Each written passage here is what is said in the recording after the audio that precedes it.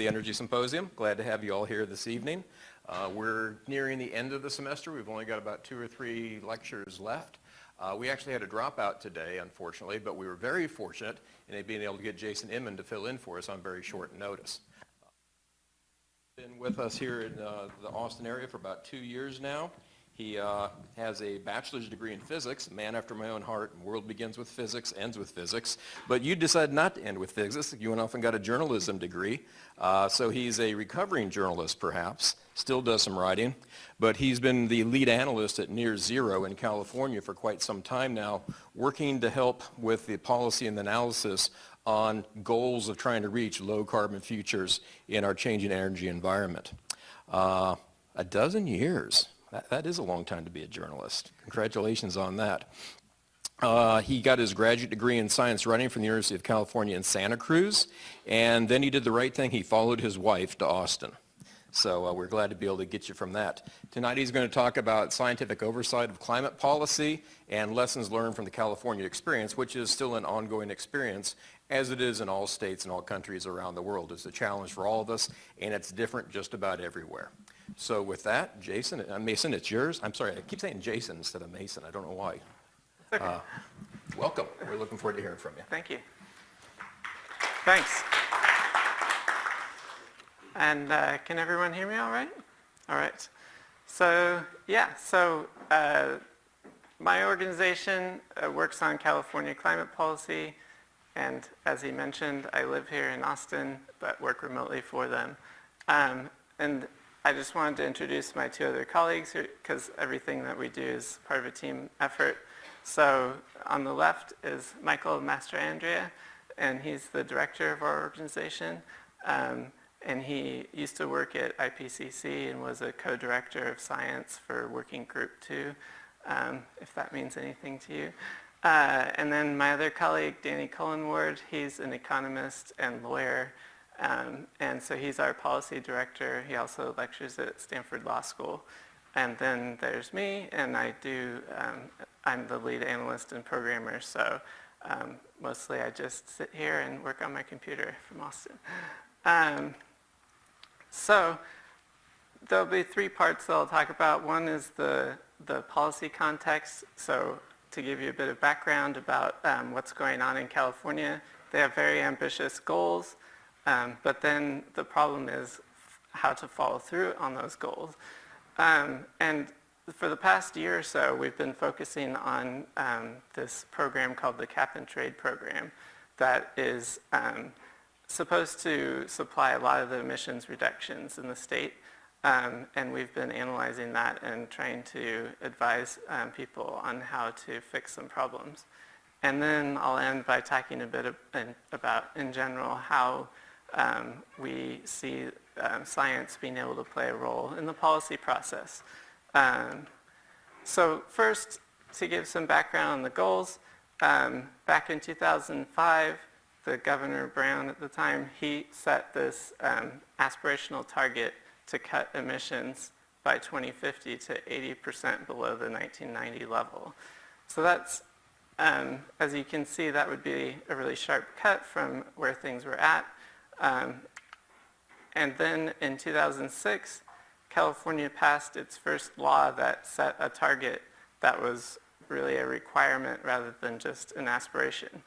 And so that was called AB 32, and that said by 2020, we should get emissions back to the 1990 level. And so, as you can see up near the top, it's got that negative 1% per year. So that's about what kind of rate of emissions reductions you would need to get to that 2020 target. But then after that, from 2020 onward, you'd have to be cutting around 5% a year to get down to the 2050 goal that the governor set. So that's a big change after 2020 to try to meet this goal. And then California in 2015, they reiterated this executive order to cut by 80%. And then in 2016, they passed another law, SB 32, to set a binding limit on emissions for 2030. And so that's a a sharp drop. That's a 40% cut in 10 years from the 2020 to 2030 level. And then last year, Governor Brown, just before he left office, passed another executive order calling for carbon neutrality by 2045. I just realized I misspoke earlier. The very first one was with Schwarzenegger, not with Brown, back in 2005. So anyway, there's been a long-standing effort in California to set out these aspirational targets and to turn them into laws that are binding and that the whole state is supposed to be working toward achieving. The carbon neutrality goal, it's still fairly new and it's not really clear what that means. Like, does every single emission in the state have to go away, or is there some way you can fudge it a little bit? So people are still figuring that out, but so far it's not a law yet, but people in the state are talking about creating a law to make that a requirement and get everyone working toward it, and then it would have to be defined what that really means. So we're a long way from any of those, and the big question that my organization is trying to help with is how are we going to achieve these targets and goals? So in setting out these laws, the legislature has delegated essentially all the power and control to the Air Resources Board, which is within California's Environmental Protection Agency. And so they have been responsible for regulations on air pollution for decades. And so California has been a leader in that, in trying to deal with its big smog problems. And the Air Resources Board, or ARB, they've been a key part of that for decades. And then with AB 32, they were given the power to try to cut greenhouse gas emissions as well. And one court decision summed up the situation pretty well. It was a case where this group called the Association of Irritated Residents, or AIR, they sued CARB over some part of the regulations, but the court in their ruling said these directives in AB 32 are exceptionally broad and open-ended. They leave virtually all decisions to the discretion of the board. So the way it works is the legislature sets out these general, or the way it has worked so far is that the legislature sets out these general goals, and then it's up to the regulators to figure out how to implement that, including, what kind of regulations they want to put on specific sectors, or creating a program like this cap and trade program that I'll talk about more in a minute. So the cap and trade program in California is part of this wider organization called the Western Climate Initiative. And so it's California and Quebec are both part of this. And then briefly, Ontario was also part of it. And so how it works is, for California, about 75% of the state's total emissions count as emissions under this program. And then for every emission that you have to get what's called an emissions instrument. And then when there's a deadline, you have to turn that emissions instrument into the government. And so most of them are what's called allowances, and you can buy those at auction, or some of them are given away for free. And then there's also these things called offsets. I won't go into that, but anyway, the point is the various emitters, companies and so on, need to get these emissions instruments from somewhere. Generally, they're paying currently something around $15 a ton to get these emissions instruments. And so just for a little comparison, like an average person's emissions in the US is maybe 20 tons. So the cost of that would be, what is that, $300 a year. So it's something. It's not a huge expense. It's not really enough to change behavior in a major way. but people are talking about how to try to make this program motivate more change with higher prices. So far, most of the emissions reductions in the state have come instead from what they call complementary or companion policies. So there's vehicle standards, there's power plant rules, or there's rules on the utilities that are called renewable portfolio standards, where they're required to get a certain percentage of their electricity from renewables at certain dates. And California recently passed a law that the whole electricity supply for California has to be 100% clean by 2045. So those are some of the different kinds of policies that are requiring emissions reductions. And then there's also this cap and trade that I've been talking about that is supposed to help motivate change through the price that it puts on emissions. And so for 2020, the state was expecting that the cap and trade would cut about 20%, or make up about 20% of the cuts that were required to get to the 2020 limit. And some of the other major things were vehicle efficiency and building efficiency and so on. So here's a graph of what the prices have been. This is the cost for getting an emissions allowance in the auctions in California. And so it started out where it was somewhat above this price floor that they've set, which goes up over time. But then it's mostly stayed right at the floor, very close to the floor this whole time. And so, as I mentioned earlier, it's still relatively cheap to emit, and so it's a lot of observers think it's not having a huge effect so far on the state's emissions. So there was a problem in 2016 that began where it had been that every time that they had one of these quarterly auctions, all the allowances that were being offered would sell. And then in the first quarter of 2016, some didn't sell. In the next 2 quarters, basically none sold.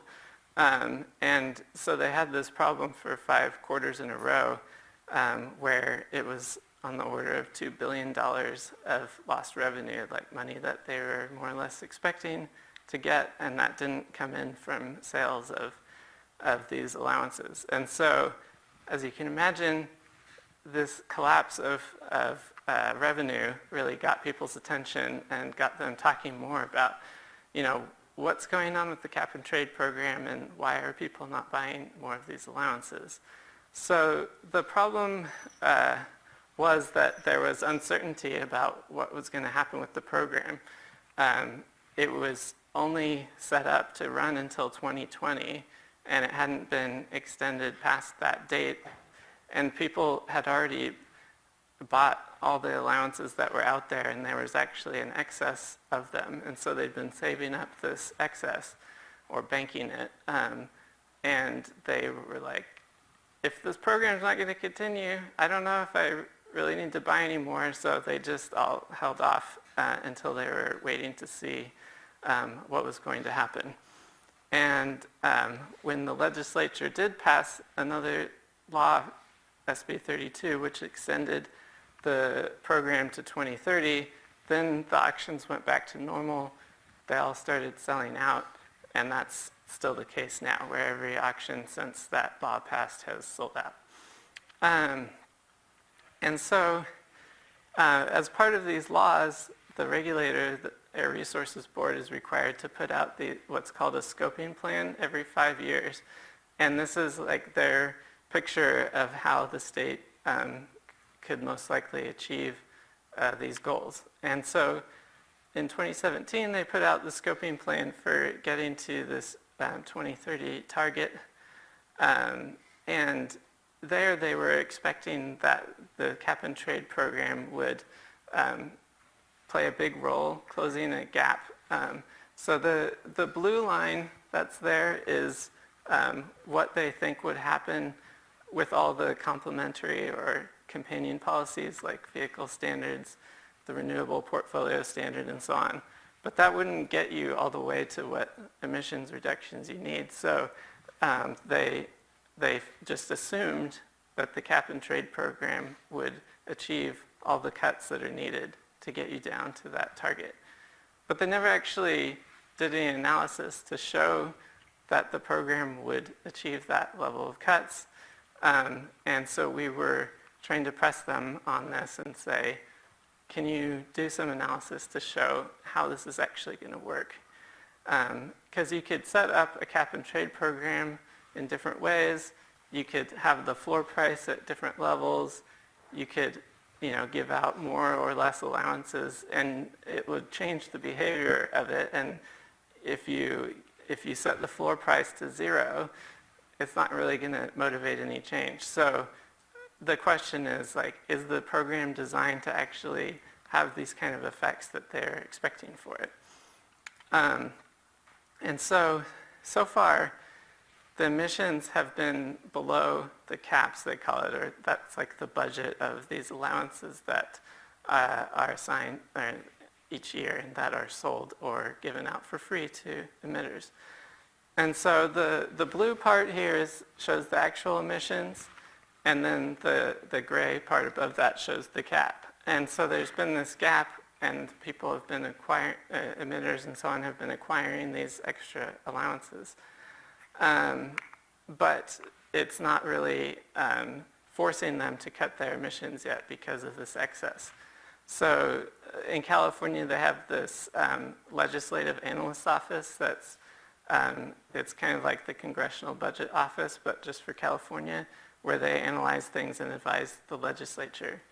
And this is a graph from one of their reports, and they said the cap is likely not having much, if any, effect on overall emissions in the first several years of the program. And so if it's not doing much yet, then the question is when is it going to start doing more? Is it going to do what they're expecting in the scoping plan? And so one of the problems is that if you have these excess allowances that build up in the beginning, then it affects how things work later on. So this is another graph from the Legislative Analyst's Office. It's just an illustrative scenario, but it's showing essentially that if you have extras on the left side before this crossover, then you can use them later on, and your emissions will overshoot the caps that were set, and you're not going to meet this 2030 target that was set out. And so this problem is what they call oversupply or overallocation. It just basically means there were too many of these allowances and offsets in the beginning, and it can cause a problem later on. So as I mentioned earlier, there was this cap and trade extension bill, AB 398, that extended this program to 2030. And it did this with no major changes to the program, even though my organization and a number of others were trying to raise concerns about this oversupply problem. The regulator, the legislature didn't force any specific changes, and the regulators didn't adopt any major changes. So I'll say more about how that process all played out. But one thing that the law, AB 398, did in extending the program was that it did direct ARB to evaluate and address concerns related to overallocation, and in trying to determine how many allowances should be assigned for the years 2021 to 2030. So essentially they were saying you got to look at the supply of these allowances and try and see if you're going to put out too many of them. The spill also created an independent oversight committee called the Independent Emissions Market Advisory Committee, or IEMAC, which kind of sounds like some kind of browser that Windows never invented. But it's got 5 members. The last one there is Danny Cullenward, my colleague, And also, there's an ex officio member from the Legislative Analyst's Office that I mentioned. So they are set up to keep track of what's going on with the cap and trade program and make recommendations to both the legislature and the regulators about what might need to be changed with it. And so some of the steps in this legislative oversight also have included committee hearings. So there's like a Senate Environmental Quality Committee hearing in January last year. And then there's also a joint legislative committee where it's both the Senate and the Assembly. So they have this committee on climate change policies that had a hearing, and then the Senate Environmental Quality Committee met again in February this year. So my colleague Danny Cullenward testified at all of these hearings, and they had people from the Air Resources Board come in as well. And essentially it was trying to raise the questions similar to what I've been talking about how is the state doing on progress towards meeting its targets and goals. So now I'll go a bit more into the details of this analysis that I did for Near Zero about allowance, banking, and overallocation. So as I mentioned earlier, there's what they call emissions instruments that it can be either allowances or offsets credits. So before an emitter can use one of these instruments, first they have to get it. So they have to buy it on auction, or they have to buy it from somebody else who got it on auction, or there are ones that are given out for free. But one way or another, they have to get it first.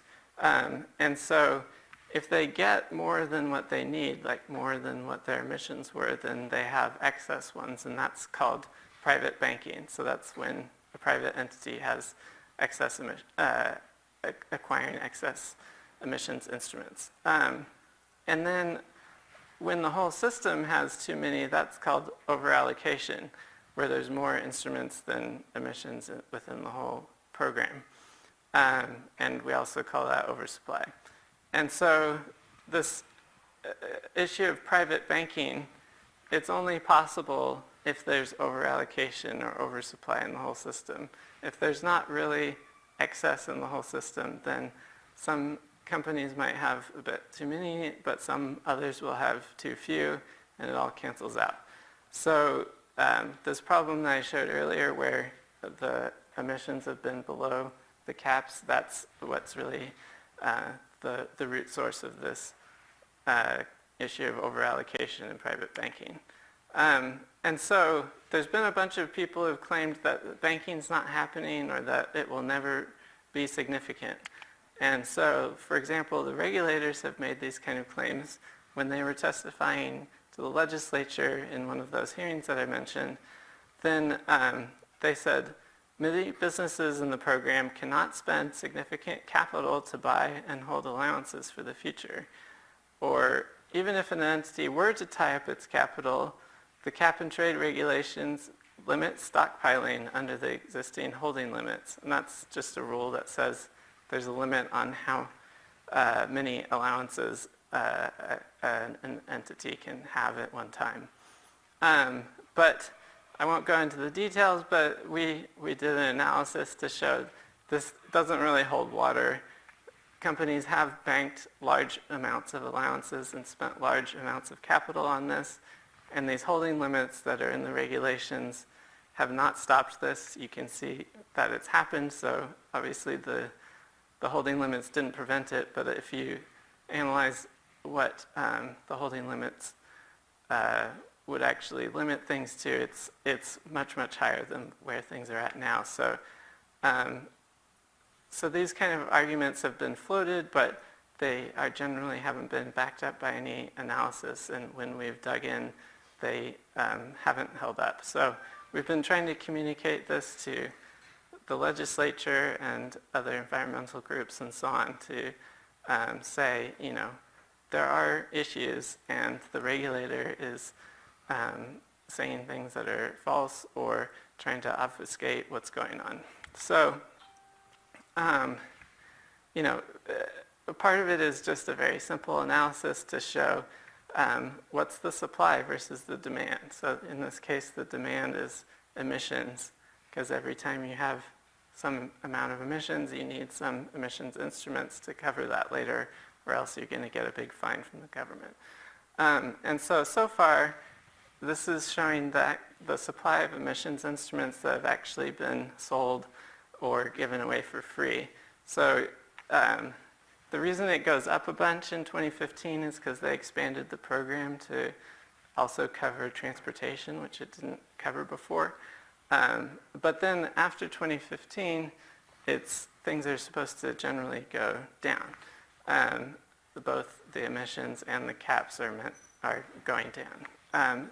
But in 2016, there was this collapse in the auctions that I mentioned, so that's why the supply of emissions instruments dropped down a bunch. And then there's all these complicated rules in the regulations about how things behave. So there are rules that say when there are allowances that go unsold at auction, they get held for a while, but then as long as auctions are selling out, then they can be reintroduced and sold again. So that's what's been happening in 2018 and early this year. So there's been this big jump up in the supply in 2018. So about 2/3 of what went unsold before has been now reintroduced. And so overall, there's been a big excess of supply over the emissions. And so to calculate how much has been banked, then we developed a banking metric. It's slightly more complicated than the simple picture I was showing here, because you want to make sure that there aren't some allowances that are going away for one reason or another. But we based it all on public data that the regulators put out, and we showed that there's already a significant bank of allowances that emitters have saved up. And so by the end of 2018, it was about 227 million tons. And so to give an idea of how that's changed over time and how that compares with other estimates, then we put together this graph that shows how the bank of allowances has changed over time. And so it's had this big jump up in 2018 because of this big reintroduction of allowances that went unsold before. But it's probably going to continue going up because, as far as we know, emissions are still lower than the caps right now. And so there have been some other independent estimates of how big this bank of allowances might be by 2020. And so there's one from researcher Chris Bush at an organization called Energy Innovation in San Francisco. And he was estimating it would be around 270, give or take. The Legislative Analyst's Office also put out a very rough estimate of around 200 million tons, plus or minus 100. And then when the regulators looked into this, as they were directed to by the bill AB 398, they said at most it would be 150, and that was the starting point for their analysis. So you can see that's much lower than what these other estimates were coming up with, and it's much lower than what the bank already is right now. And so that has big implications for the conclusions of their analysis, but I'll get to that in a little bit. The regulator did an analysis of the oversupply. I'm going to kind of walk you through the steps. They did this all in math. I'm just writing it out in words. But the whole thing is fairly simplistic, and it's not a very good analysis. So first, they assumed that there would be at most 150 million tons of oversupply, as I mentioned. And then they assumed that after all these direct measures, like the vehicle standards and the renewable portfolio standard and so on, after all of those direct measures are applied, then the emissions would follow this certain path in the graph that I had shown before. And it would be greater than so after all of that, then it would be greater than the supply by 269 million tons. And so then they assumed that cap and trade must reduce the emissions by that amount because emitters can only emit as much as there are, the quantity of emissions as there are emissions instruments that they could get. And so then, therefore, the cap and trade program will reduce emissions to help achieve the 2030 target, and oversupply is not a problem. But it makes lots of assumptions. It's not really a detailed analysis of anything, of whether what prices might be required to achieve emissions cuts, so anyway, it has many, many problems, which we wrote to them about at length, but I won't bore you with all those details. So one of the big problems was they dodged the key question, which was, will emissions in 2030 be under the limit that was set down in law? They didn't ever directly address that in their analysis that was required under the law. And one of the problems was that there's this issue of doing a cumulative versus an annual analysis. So the way the cap and trade program works, it's what they call a cumulative program because you can bank these allowances and save them over time. So it doesn't just set a cap for 1 year and say the emissions for this year have to be this amount. If the emissions are lower that year, then you can have these excess allowances and emissions could be higher the next year. And the idea is that it's supposed to make things more flexible, and it probably would come out to be cheaper for everybody. But it also means that the program can't be relied on to have a rigid result or a very specific result. But then the state has passed these laws that set out targets that are an annual target.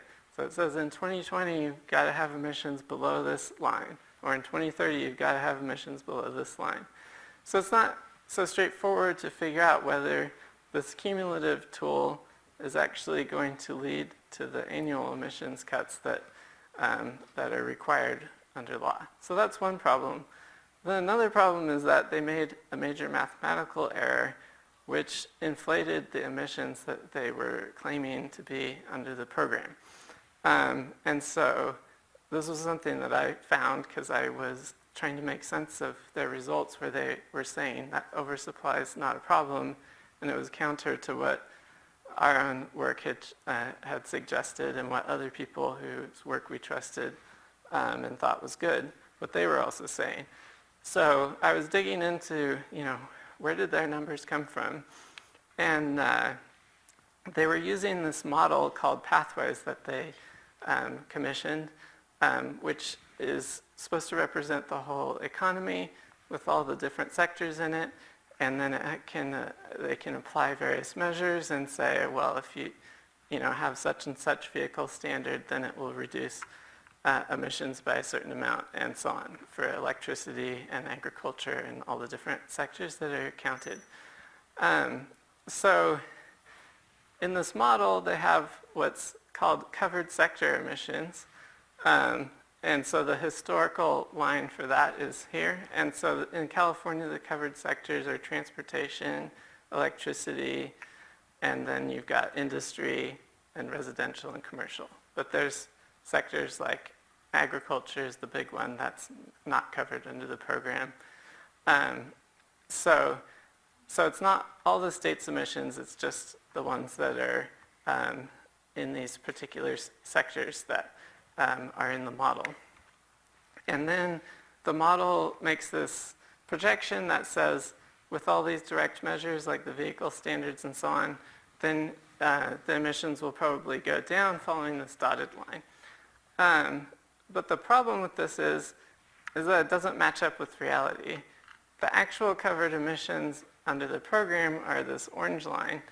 And the reason for this difference is because the model used this kind of way of estimating what the emissions would be by saying, let's just look at particular sectors like electricity, transportation, and so on. But the regulations are actually more complicated than that. They've got all these loopholes that say, oh, for certain kinds of emissions, like leakage of methane from oil and gas operations. Some of that leakage won't be counted as emissions under this program. And, or there's, like, if you're a very small emitter, then your emissions don't count towards this program. And so there's a whole bunch of loopholes and other complicating factors that mean that the actual covered emissions are have been about 10% lower than this sort of approximation that's in the model that they call covered sector emissions. So the problem is that when ARB did their analysis of the supply and demand balance, they used this kind of approximation instead of using something that was like actually tied to the real data. So we, did a little adjustment and said if you made a projection instead based on the historical data and how you're expecting these covered sector emissions to go down, then this is probably more like what you'd expect. And so there's this gap between the two where they were expecting there'd be a lot more demand for these emissions allowances and offsets than it looks like there would actually be. So they estimated how much the cap and trade program would reduce the state's emissions by saying, well, if the emissions are really high, then they're going to be, the emitters are going to hit this cap, they're going to run out of these banked allowances, and it will force emissions down, and we'll get this large cumulative reduction by 2030. But if you correct it for this error, then you get the result that it would have no effect, because it's not binding, as they call it. There's actually would still be a slight oversupply of allowances and offsets in 2030. So so this would mean that the cap and trade program wouldn't really have any effect by forcing emissions down directly. It would still have some small effect because there is still a price on emissions that emitters have to pay, but ARB never analyzed how large that effect would be, and we haven't really seen any credible estimates of exactly how big that would be. But anyway, the point is that they made a serious mistake that made it sound like their analysis made it sound like the program would have a much bigger effect than it seems like it actually would have. So others took a look at this as well, and they agreed with us about this error. So one was this Joint Legislative Committee on Climate Change that's it's joint between the California Assembly and Senate. They agreed that ARB had made an error here. Some other independent experts also agreed, and this independent emissions committee that I mentioned before that my colleague is a member of, they refused to address this issue directly and make a statement about whether they thought there was indeed an error. But they did call for a banking metric, like some kind of measurement of how much of this oversupply was being acquired and saved up by private entities. And we've tried to raise these issues with the regulator, including through formal comment letters and so on, but they haven't directly responded to our technical analysis about the mistake, although they did admit somewhat that there's a difference between what the model outputs and the actual covered emissions in the program.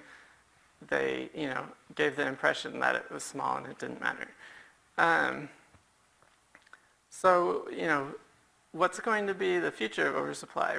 Is it really going to have a big effect on emissions? We wanted to look into this using a model, but one criticism a lot of the time is that models are built on all sorts of assumptions. It's often hard to see what those assumptions are or understand what kind of impact they would have. So we built a model of the cap and trade program. Well, I built it, but we wanted to avoid assumptions wherever possible. So what we did was nail down all the key features of the program So there's these annual budgets of allowances. There's all these rules that are encoded in the regulations about how many allowances are sold, and what happens when they don't get sold and when they can be sold again in the future, and these kinds of things. So I had to read through, 1,000 pages of regulations and pull out all the parts that are relevant to the functioning of the program and turn those into computer code to say this is how things work. And then there's various uncertainties about how things are going to play out. That's inevitable. But the key ones, we made them all able to be set by the user so that people can explore different possibilities, and we're not locking the model in to behave in a certain way based on our own assumptions. So one of the key things is, what are the emissions going to be in the future? Also, how are the auctions going to perform? Are all the allowances going to sell out, or are they going to have an auction collapse again in the future? And then a third uncertainty is about how many of these offset credits will sell. So these so far have mostly been generated by various forestry projects. So somebody will say, we're going to preserve this forest instead of cutting it down.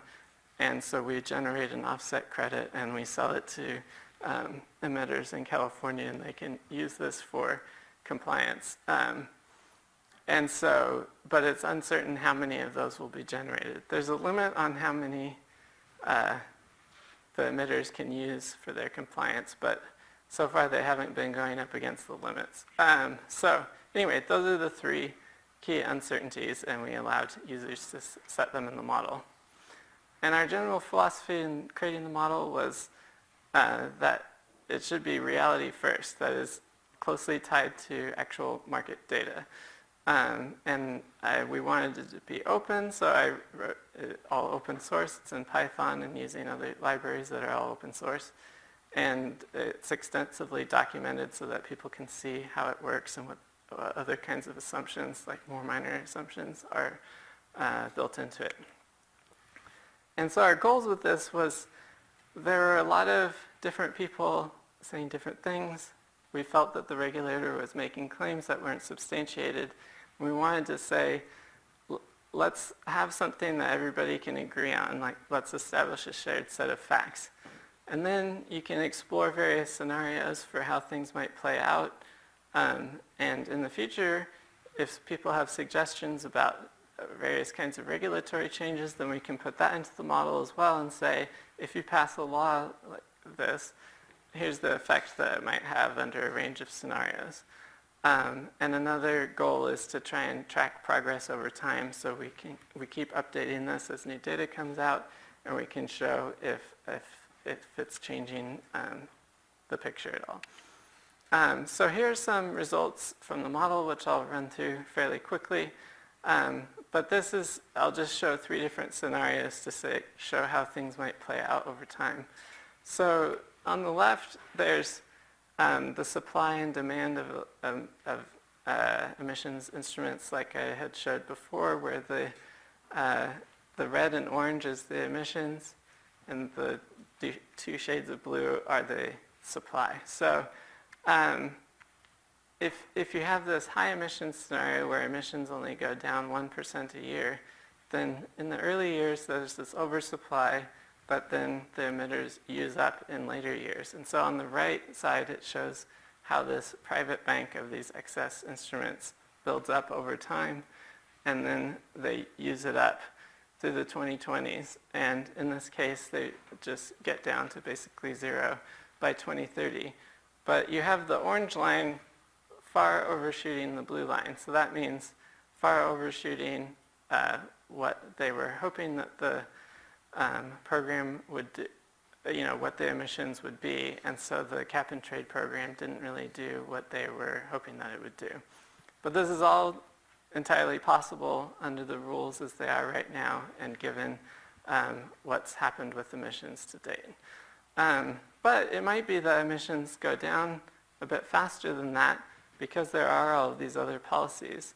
And so in this modeling, this pathways model that the regulator commissioned that I mentioned earlier, in that, they expect that all these direct measures would make the emissions go down about 2% a year. So if you model that, this is what it looks like. You still get the emissions overshooting the target.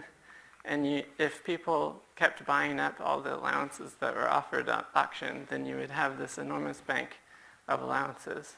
So it might not be realistic that they would actually buy up all of these, but the point is there'd be plenty of allowances, and the caps in this program are not forcing the emissions down the way that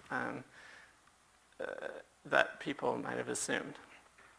And then if, you can look at an even more optimistic scenario where emissions go down about 3% a year. So this is like that everything's going better than you thought, even though the cap and trade program is not forcing the emissions down. And so in this case, a really, really big bank of emissions instruments would build up by 2030.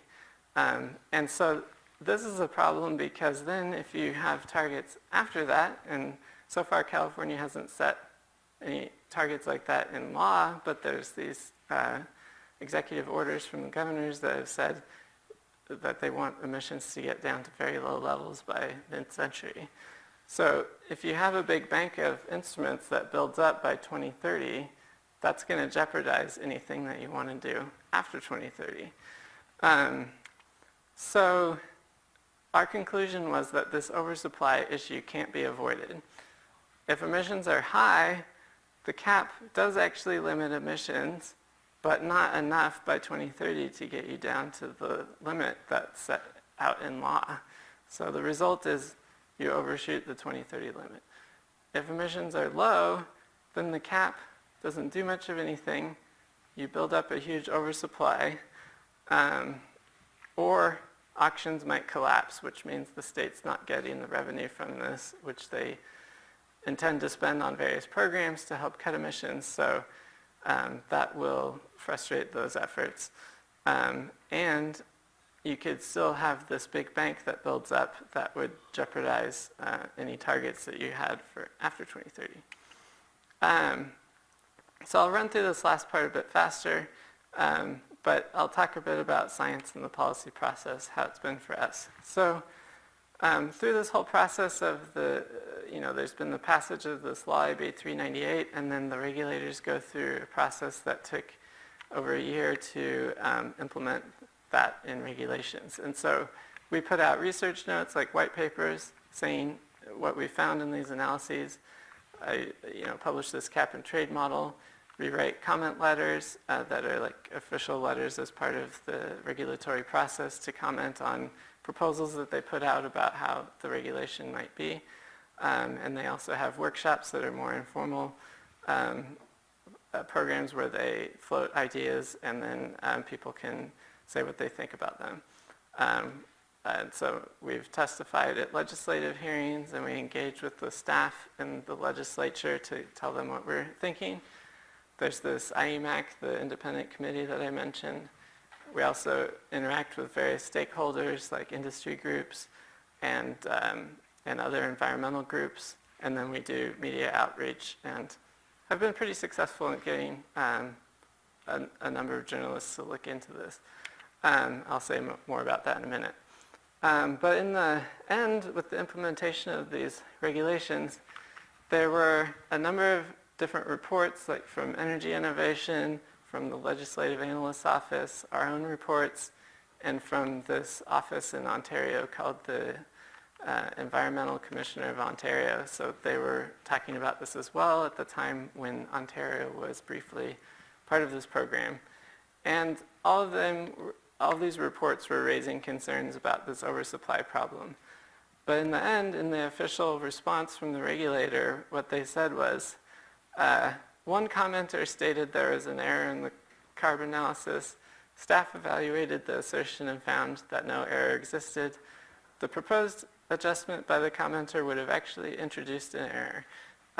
So, we wrote a 30-page report or something to try to exhaustively explain why we thought there was an error and how you might do the analysis differently, but this is all that they wrote in response. And they said, there's no oversupply problem, so we don't need to change anything in the regulations, and we'll just make the cap and trade program essentially continue working the same way that it was set up to work through 2020. And so in some other documents that they put out about this, they just said, staff has determined that the market is not in a state of oversupply that would jeopardize achieving the 2030 target. And then sometimes they even shortened that to just say, it's not in a state of oversupply, which is just blatantly against the basic data about the system. But they are really digging in, but we're still trying to press them on this and see if we can encourage some reforms in the program. Because as it is, it doesn't seem like it's going to achieve what they were expecting it to achieve. So one journalist wrote a very long article. I don't know if you know Vox, but they do these kind of explainer articles, and they go into great depth sometimes, and this is greater than most. So if you are interested in some more of the nitty-gritty details, this article is a great place to start. And he said, California's cap and trade system may be too weak to do its job. And despite the clear intent of AB 398 that ARB was supposed to look into this oversupply issue, there's still no analysis of whether cap and trade will yield the necessary reductions in annual emissions, which are the actual subject of the 2030 target. So he's essentially saying they're dodging the question of whether this program is going to do what they claimed it's going to do. And then there's another article that we also had some input into from Cal Matters, which is a nonprofit news organization that's kind of like ProPublica for California. And the journalist Julie Cart used to be at LA Times for a long time, and so people pay attention to what she writes. And she was also pointing out how when ARB had one of their board meetings to go over these regulations, then the chair of the board, Mary Nichols, who's been with ARB for a long time, she said, we know we're not on a line to meet the 2030 target. And she encouraged the board, that is the staff there, to think bigger and more broadly to find emissions reductions. And so when we heard that, we were like, hold up, what was that? Because this was counter to what ARB had been saying all along, which is like, everything's fine and everything's on track. And so that was very interesting to hear. So after these articles came out, ARB had another board hearing, and they had a slight change of tune where they agreed to quantify how many of these unused allowances from 2013 through 2020 there were, and the potential for unused allowances to hinder what the program is supposed to do. So it's essentially saying that they're agreeing to try again on this analysis that they were supposed to have done before. So I know I'm running a bit over, so I'm going to skip through some of these things, and I'm just going to skip to the end. But if anybody has questions about how we go about this engagement in the policy process, then I'm more than happy to talk about that, and you're welcome to send me an email as well. It's, for me, my background as a journalist, as Fred mentioned, I was writing about scientific findings and I wasn't in the policy world, so it's been a real learning process for me to see how things work and how you can actually have an influence. But it's been really encouraging to see that a small group of people who do some good analyses and really keep after the regulators, it does seem like we're getting traction and that we're making a difference. The program hasn't been reformed yet, but there are encouraging signs. And so if any of you are in the world of science, but you are interested in trying to influence policy, I would say, it really can happen. I mean, California is, different from some other places when it comes to environmental regulation in particular, but I think it can happen where science can play a role in influencing policy, but it is a lot of work. You can't just drop in and give them advice once and then expect that it's going to have a big effect. You have to understand where they're coming from and keep talking to the policymakers, and it's a very long process, a slow change, but yeah, things can happen. So, thanks for coming. Thank you.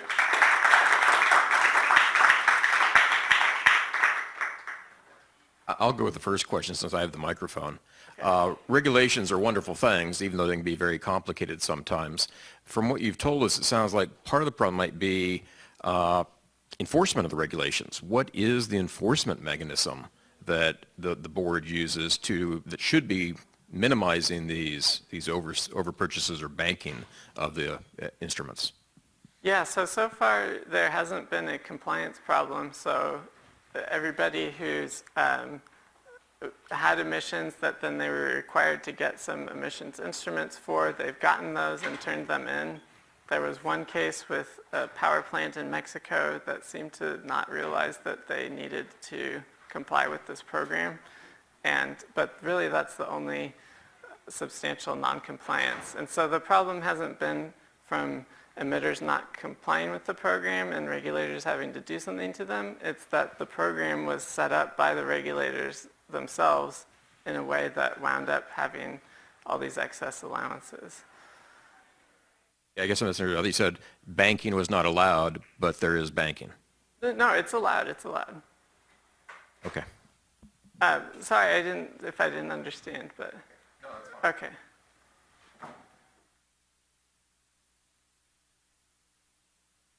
I'm looking at somewhat out-of-date data for California. It looks as if the emissions are dominated by 3,000 trillion BTUs that are coming out of car tailpipes. That seems to dwarf everything else. Yeah. How does cap and trade intersect with that? So, yeah, essentially all the transportation emissions, like from cars and trucks, are under the cap and trade program. And so that means that for every bit of emissions, then they have to get these emissions instruments, so there's a price on it that does, in theory, it does affect the price at the pump, so in theory it affects how much gasoline and diesel people are buying and decisions that people make about, efficiency of vehicles and so on.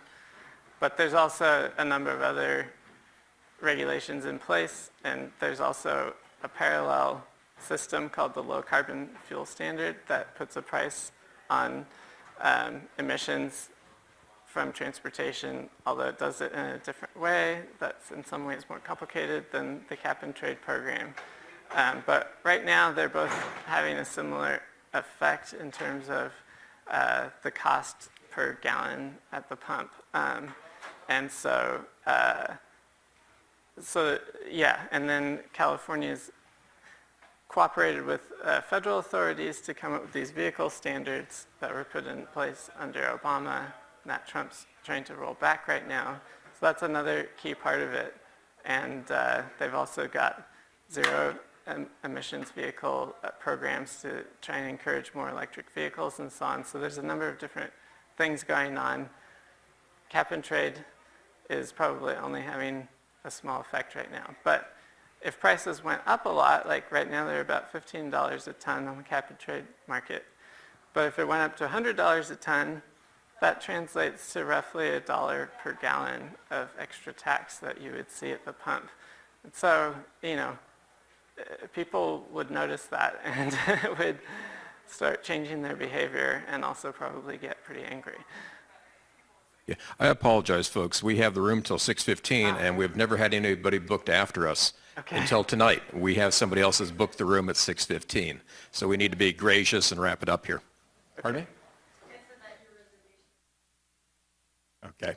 Again, thank you very much, Mason. Appreciate your talk tonight. Thank you all for coming. Thank you.